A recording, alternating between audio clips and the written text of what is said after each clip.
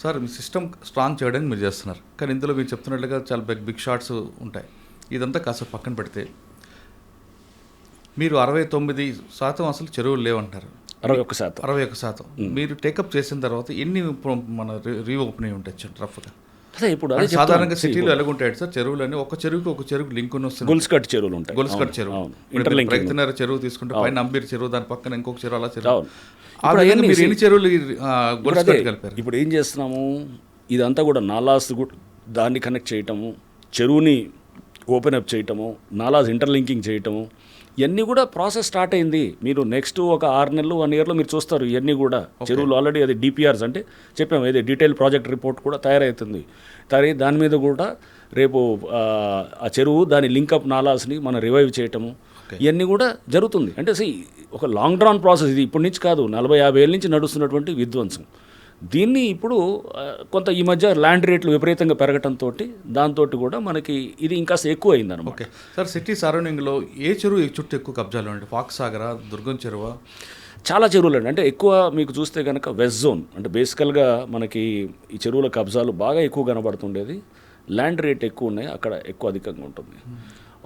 West zone అంటే దుర్గం చెరువు ఆ ప్రాంతం అంతా అన్ని చెరువుల దగ్గర ఉన్నాయి. వెస్ట్ జోన్ అంటే మనకి శేర్లింగంపల్లి జోన్ ఉంది, లేకపోతే ఇటు కుక్కట్పల్లి జోన్ ఉంది, ఈవెన్ ఇటు ఉప్పల్ నల్ల చెరువు ఉంది, అది కూడా పూర్తిగా కబ్జా అయిపోయింది. అంటే ఈ చెరువు కబ్జా అవ్వటమే కాదు, దాని లోపల మొత్తం పొల్యూటెంట్స్ అనమాట, అంతా వదిలేదంట మురికి నీరు అంతా వస్తుంటుంది. వచ్చేసి ఆ పక్కన ఉన్నటువంటి అపార్ట్మెంట్స్, ఫ్లాట్స్ అన్నిటి నుంచి దాంట్లోకి వదులుతుంటారు. సో ఆ చెరువులు రావడంతో అక్కడ అంతా మనకు వాసన, అండ్ దాంతోపాటు ఏది అక్కడ గ్రౌండ్ వాటర్ అంతా కూడా మొత్తం పొల్యూటెంట్ అయిపోయి, ఇప్పుడు ఢిల్లీ చూస్తున్నారు పరిస్థితి ఎట్లుందో. ఢిల్లీలో ఎయిర్ పొల్యూషన్ తోటి అక్కడ వెళ్ళే బండ్లు కూడా రానివ్వట్లేదు, సిటీలోకి ఎంటర్ కానివ్వట్లేదు. అంతా అక్కడ వర్క్ ఫ్రమ్ హోమ్ చాలా హైబ్రిడ్ మోడల్స్లో నడుస్తున్నాయి. సో అంటే అసలు స్వచ్ఛమైన గాలి అక్కడ కొనుక్కునే పరిస్థితి వస్తుంది. అక్కడ మన ఎయిర్ క్వాలిటీ ఇండెక్స్ అనేది అక్కడ ఇట్స్ ఆల్మోస్ట్ లైక్ అది 500, 400 అండ్ 800 దాకా కూడా వెళ్ళిన సందర్భాలు ఉన్నాయి. మన దగ్గర కూడా ఎయిర్ క్వాలిటీ ఇండెక్స్ అట్లా ఉంది. రేపు వాటర్ క్వాలిటీ ఇండెక్స్ కూడా చాలా పూర్గా ఉంటుంది. సో ఇవన్నీ మనం రేపు ఇవన్నిటినీ చెక్ చేసుకుంటూ ప్లస్ కబ్జాలు ఆపుతూ, ఈ చెరువు కబ్జాల నుంచే కదండి ఇప్పుడు వచ్చేది. ఇప్పుడు అక్కడ బ్లాక్ మనీ జనరేట్ అయితే ఎక్కడ జరుగుతుంది? ఇప్పుడు ఎవరికి సంబంధం లేని దాని దగ్గర జనరేట్ అవుతుంది. సో అది ఎవడు మాట్లాడు, అక్కడ ఒక ఎకరా అక్కడ 100 కోట్లు. సో అట్లాంటిది జనరేట్ అయ్యేది కూడా అక్కడే అవుతుంది, బ్లాక్ మనీస్ కూడా. సో ఈ సంబంధం లేని భూముల దగ్గరే అందరూ ఎంటర్ అవ్వాలని చూస్తారు అన్నమాట. సార్ దుర్గం చెరువులు కూడా ఉంది అంటున్నారు కబ్జా, దాని కిందనే రేవంత్ రెడ్డి గారు అనేది కూడా ఉంది, అది కోలు కూడా రైట్. ఇది కూడా అసలు వారు రేవంత్ రెడ్డి గారి బ్రదర్ది, వారు ఎప్పుడో కొన్నారు అనుకుంటా, ఇది చాలా ఏళ్ల క్రితం. అది దాని ఎఫ్టీఎల్ బఫర్ దాని మీద యాక్చువల్గా ఇంకా అది నిర్ధారణ అవ్వట్లేదు, హైకోర్టులో నడుస్తుంది. ఇప్పుడు కాదు, 2008లో పబ్లిక్ ఇంట్రెస్ట్ లిటిగేషన్ పడ్డది. అడ్వకేట్ కమిషన్ ఒకటి అప్పుడే వేసిన తర్వాత దాన్ని ఎఫ్టీఎల్ బఫర్ జోన్ దాని మీద అప్పటి నుంచి నడుస్తుంది. దాంట్లో భాగంగా హైకోర్టులో మ్యాటర్ వస్తుంటే అక్కడ స్థానికంగా ఉన్న రెవెన్యూ అధికారులు వాళ్ళు అందరికీ నోటీసులు ఇచ్చారు. మొత్తం ఇక్కడే కాదు, 11 చెరువులు అట్లా ఉన్నాయన్నమాట. దాంట్లో వేలాది మంది నోటీసులు ఇచ్చిన దాంట్లో ఈయన ఒకరు. అది ఏం చేస్తారు ఇప్పుడు, ఆయన సంగతి ఏంది, ఈయన సంగతి ఏంది అంటున్నారు అన్నమాట. అసలు అక్కడ ఏమీ లేని ఇష్యూలో సో వాళ్ళది రేపు అది బఫర్ ఉందా, ఎఫ్టీఎల్ ఉందా అనేది ఇంతవరకు నిర్ధారణ కాలేదు. అక్కడ వేలాది మంది ఇల్లులు ఉన్నాయి. అది 2008 నుంచి నడుస్తున్న ఇష్యూ, అది హైకోర్టు పరిధిలో ఉన్నటువంటి అంశము. సో దాన్ని ఏదో చూపించి ఇదిగో అక్కడ మీరు కూల్చట్లేదు, ఇక్కడ జనాల మీదకి వస్తున్నారంటే ఇవన్నీ దాన్ని ఏం చూపించాలనుకుంటున్నారు? ఇష్యూను డైవర్ట్ చేయాలనేటటువంటి ప్రక్రియ అన్నమాట. ఇష్యూని రాంగ్ ట్రాక్లో తీసుకెళ్ళి అంటే ఏం చేద్దాం, హైడ్రాన్ ఆపేద్దామా, ఆపేసి కబ్జాలు అలో చేద్దామా, ఎవడిగాడు దోచుకోమందామా, ఎవడిగాడు మీరు చెరువులు లేకపోతే పక్కనున్న గవర్నమెంట్ ల్యాండ్లు పార్కులు అన్నీ ఆక్రమించుకొని చేసుకున్నాం అందామా, ఏం చేద్దాం అనుకుంటున్నాం? మాకు రెండోదే బెస్ట్ అండి, మీరు ఎలా పోతే నాకు ఎందుకు అంటున్నాడు. ఎగ్జాక్ట్లీ, పబ్లిక్ అదే ఆల్టర్నేట్ ఏది కావాలని చూసుకోవాలి. మీరు మన వ్యవస్థను మనం కాపాడుకుంది, ఇదంతా మన భూములండి. హైకోర్టు కూడా చెప్తుంది కమ్యూనిటీ ల్యాండ్స్ అనమాట. ఇవన్నీ కమ్యూనిటీ అంటే అందరికి సంబంధించింది, సమాజం సంబంధించిన ఇవన్నీ ఆస్తులు. ఒక చెరువు అయినా కానీ, ఒక నాలా అయినా కానీ, ఒక పార్క్ అయినా కానీ, ఒక రోడ్డు అయినా కానీ, ఇవన్నీ అందరిది. దాంట్లో మీది, నాది, అందరిది ఉంది, అందరి స్టేక్స్ ఉన్నాయి దాంట్లో. దాన్ని ఎవడో ఒకడు కొట్టేస్తే ఎట్లా? కానీ అది వాళ్ళు ఆలోచిస్తున్నారు, కానీ సాధారణంగా పబ్లిక్లు ఏమంటారు చూస్తుంటాను. అంటే మనం సోషల్ మీడియా కింగ్లు ఉంటారు, చాలా మంది పెడుతుంటారు కింద పెట్టే పేదవాళ్ళ మీద. ఇది అంటే హాఫ్ నాలెడ్జ్ తోటి మాట్లాడేవాళ్ళు చాలా మంది ఉంటారు. తెలియదు అసలు ఎటు తీసుకెళ్దాం సమాజాన్ని అనేటటువంటిది క్లారిటీ మాకు అనవసరం సార్. సమాజం ఎటుపోతే నాకెందుకు? ఎగ్జాక్ట్లీ అదే నేను అంటున్నాను. ఏమైతే నాకెందుకు, ఇట్టనే ఉందాం, ఎవడెంత ఆక్రమించుకుంటే వాడు పోలేదా, ఈడు పోలేదా అంటే, కానీ ఎక్కడో చోటు బిగినింగ్ చేయాలి కదా. నేను వాడు చేసుకున్నాడు కదా వీడు ఎందుకు ఆపరు వాడు ఎందుకు ఆపరు అని ఇల్లాజికల్ ఆర్గ్యుమెంట్స్ ఉంటాయి తప్ప కానీ అరే మనం let us make a beginning. అంటే ఇటువంటి ఆర్గ్యుమెంట్స్ ఉన్నా మీ పని మాత్రం ఎగ్జాక్ట్లీ పోతుంటుంది. నేను అసలు అవి పట్టించుకోనండి.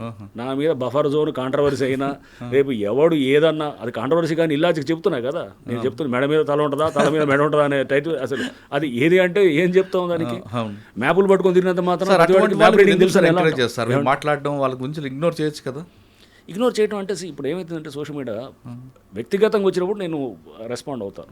నార్మల్గా ఉన్నదాన్ని నేను 10 సార్లు ఈ గోబెల్స్ అంటారు. గోబెల్స్ మీకు తెలుసు, మినిస్టర్ ఆఫ్ ప్రాపగాండా, ఏది హిట్లర్ మన ఏది నాజీ జర్మనీలో ఆయన దగ్గర మంత్రి అనమాట.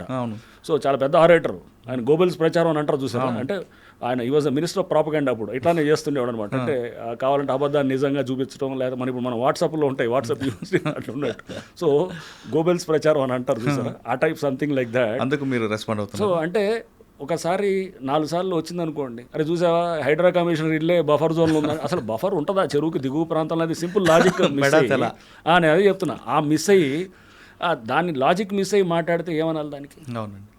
సో రంగనాథ్ గారికి బంధువులు, రంగనాథ్ గారి ఫ్రెండ్స్ అంటూ కొంతమంది బ్రోకర్లు తిరుగుతూ ఏ ప్రాబ్లం వచ్చినా మేము చూసుకుంటాం, గో హెడ్, దానికి ఇంత రేట్ అని. కరెక్ట్, అదే అందుకోసం మేము దాని మీద స్టేట్మెంట్ ఇచ్చాం. నేను ఇట్లాంటి కొంతమంది బిల్డర్స్ మాకు వస్తే మేము డెకాయ్ ఆపరేషన్ చేసి పట్టుకొని అరెస్ట్ చేసాం. సో ఎవడైనా కానీ మా బంధువు అన్నా నాకు తెలుసు అన్నా, లేదా నేను మనం ఫుల్ క్లోజు, మనం పని చేపించేస్తాం, మేమంతా ఒకటే అనేటువంటి ఎవడు చెప్పినా జస్ట్ ఆ ఇన్ఫర్మేషన్ మాకు ఇవ్వండి, మనం ట్రాప్ చేసి పట్టుకొని వాడిని జైల్లో పడేసే కార్యక్రమం చేద్దాం అనమాట. అది కూడా మీరు చేసినట్టున్నారు కదా సంగారెడ్డి చేసాం, అట్లా కంప్లైంట్ చేసాం.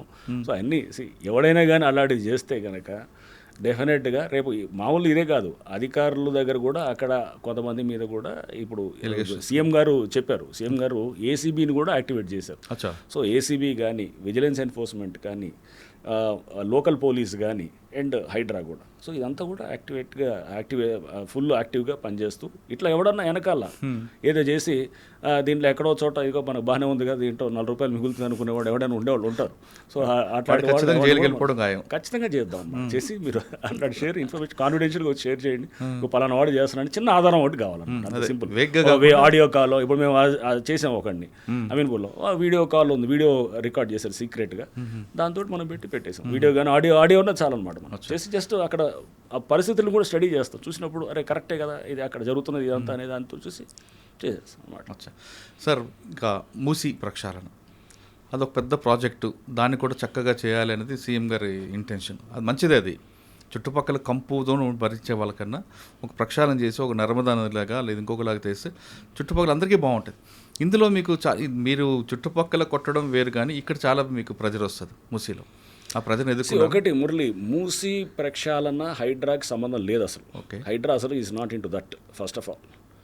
సరే దాన్ని కూడా ఏంటంటే హైడ్రా అనే దాన్ని ఒక భయంగా చూపిస్తూ దాన్ని చేస్తూ దాన్ని లింకప్ చేయాలని కొంత ప్రయత్నం జరిగింది. దాన్ని కౌంటర్ చేయడం కూడా మేము చేసాం పలు సందర్భాల్లో. హైడ్రాకి సంబంధం లేదు ఫస్ట్ ఆఫ్ ఆల్. చాలామంది హైకోర్టు కూడా వెళ్ళారు, అసలు హైడ్రా అనే సంస్థ అసలు దాన్ని తీసేసి దాన్ని కూల్చాలంటే కనుక జిహెచ్ఎంసీకి వెళ్ళి మొన్న హైకోర్టులోకి వెళ్తే కూడా హైకోర్టు చాలా స్పష్టంగా చెప్పింది హైడ్రా అనే దానికి పూర్తి చట్టబద్ధత ఉంది అండ్ హైడ్రాకి దాన్ని సపోర్ట్ చేస్తూ జడ్జిమెంట్ కూడా ఇచ్చారు. చూసాం హైకోర్టు బెంచ్ ఇచ్చినటువంటిది. సో అంటే దీంట్లో మూసీ దాంట్లో లేదు, right, okay. But general water బాడీస్లో మీరు చూస్తే కనుక ఇప్పుడు మనం అనుకుంటాం అరే జనరల్ లాజిక్ ఏమొస్తుంది, ఈ చెరువులు కుంటలు ఇది అంత అవసరమా మనకి, ఇదేది రేపు మనకి ముందు కావాల్సింది ఏది ఇల్లులు కదా, ఏది ఫుడ్ షెల్టరు ఇది కావాలి కదా. మనం ఇది నిన్న మనం చూసి అక్కడ నేను కాకినాడ పోర్టు చూస్తున్నాను, అక్కడ పవన్ కళ్యాణ్ గారు వెళ్ళారు, అక్కడ వెళ్ళి ఆయన ఏదో రైస్ స్మగ్లింగ్ జరుగుతుంటుంది అక్కడ.